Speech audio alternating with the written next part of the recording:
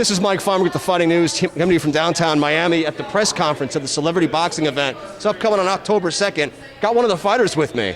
You know, she's a lot tougher than she looks, guys. I got to be honest with you. Right? So with Natalie D. Donato. Natalie D. Donato. Nat D, baby. What's going on? Hi. Miami style. I live out here now. I'm loving it. Palm trees, ocean. It just does something for me. Feels so good. Can't wait to bang a bitch up out in the ring. You know what I mean? This girl that they had show up tonight was kind of try to like scare me a little bit. You know, bring a bigger girl, whatever.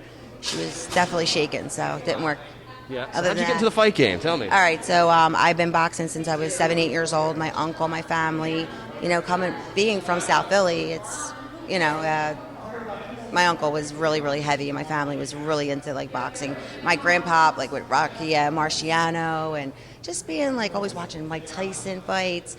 My uncle was going to go pro, and he ended up going to jail for a long time. But anyhow, I just always wanted to box. And at a young age, I was pretty good. So I always, like, I'm an athlete.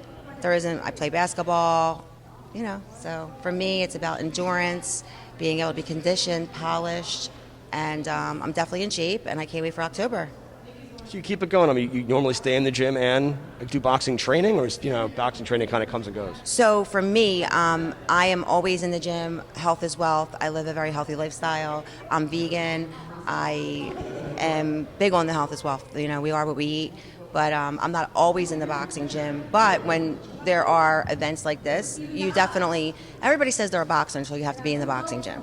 You know, anything can happen. I remember the first time in a long time that I wasn't conditioned or polished or trained and went in the boxing gym and literally just met my boxing coach at the time and threw up everywhere because of the workout that he put me through, how strenuous it was. Right.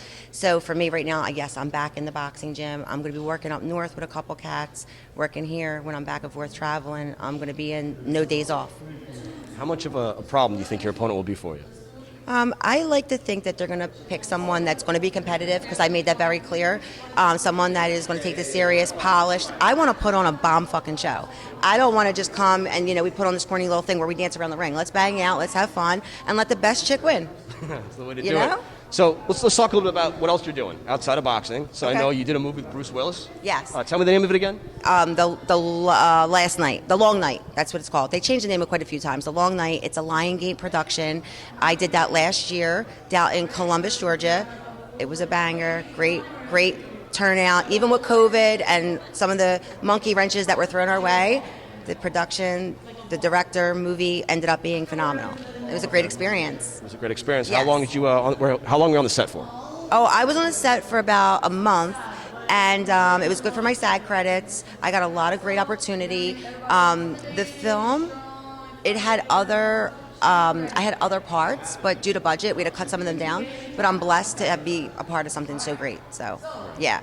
Other than that, right now, what I'm working on, a new project called New Money with a gentleman by the name of Dane Blackston. He's one of my business partners, and we got our hands in quite a few things. I'm working with a new streaming network called Arevia, and I have a lot of projects coming. So I can't wait for you guys to see what's coming. And I'm working, I'm busy, and, you know, life goes on. So that's what we're going to see you on October 2nd. October 2nd is going down. We're banging out, celebrity knockout. That's how we're coming in the ring. We're not fighting to win. We're fighting to blow doors off. So. I mean, outside of your fight, I mean, what fight do you think we should all be paying attention to that night?